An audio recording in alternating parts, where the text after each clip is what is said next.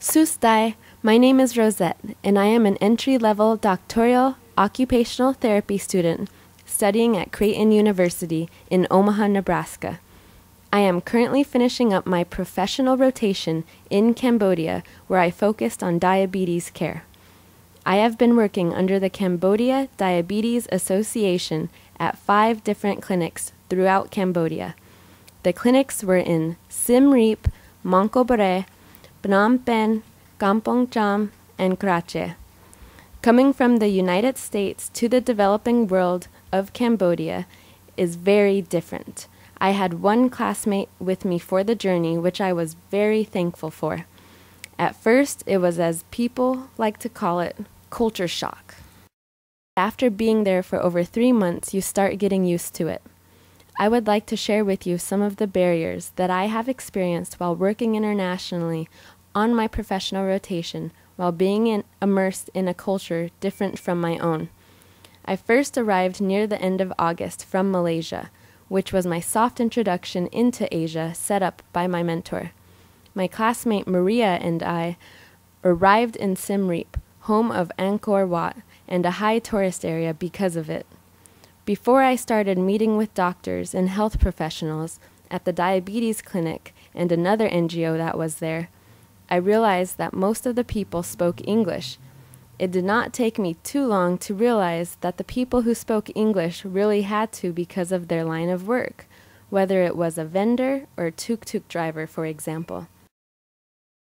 When I first went into the clinic at Siem Reap, I realized that a lot of the doctors and nurses spoke French more than English.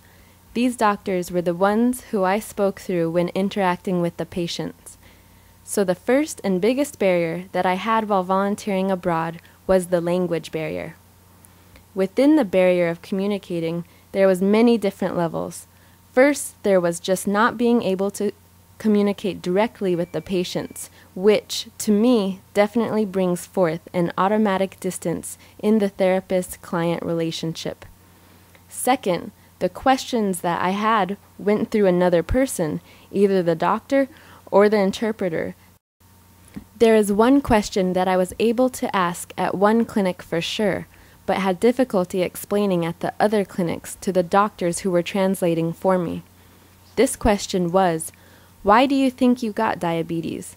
The reason I kept asking this question is because of the responses I got at the first clinic, such as they weren't going to the Wat enough, or that the family had been punished, etc. I first had to be understood through my interpreter, which was not always successful, which was another barrier for me.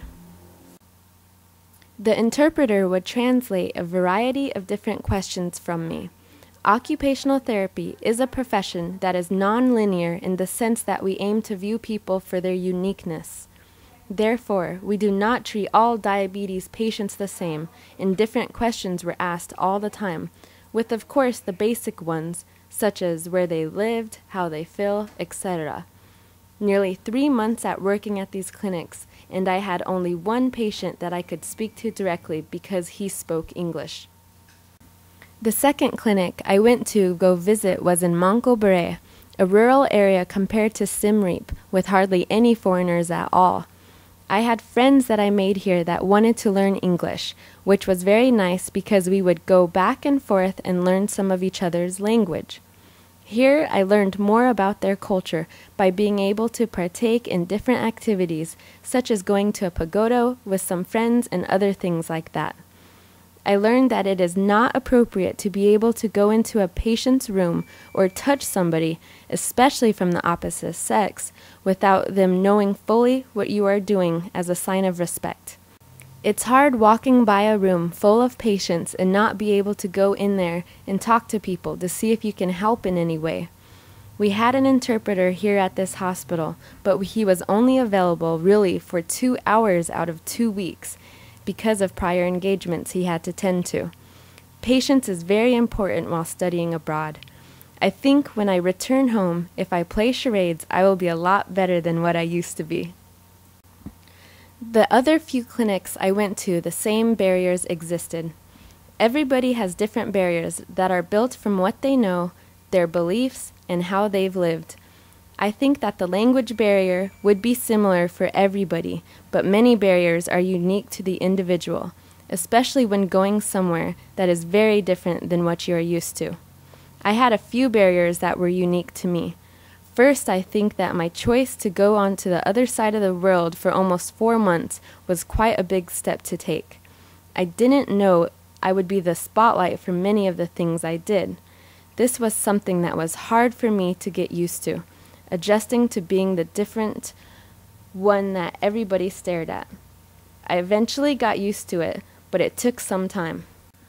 This was one of the barriers that was unique to me since I didn't feel comfortable and I was definitely stepping foot out of my boundaries.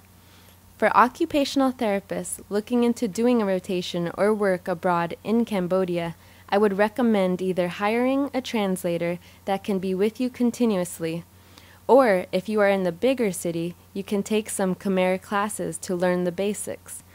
Always remember that things are on a much more lenient schedule, so go with the flow and embrace things as they come along. Don't be afraid to stand out, and always remember that a smile means the same thing in almost all cultures. Thank you for going on this journey with me through my list of barriers of being an occupational therapy student traveling abroad to Cambodia. Akun.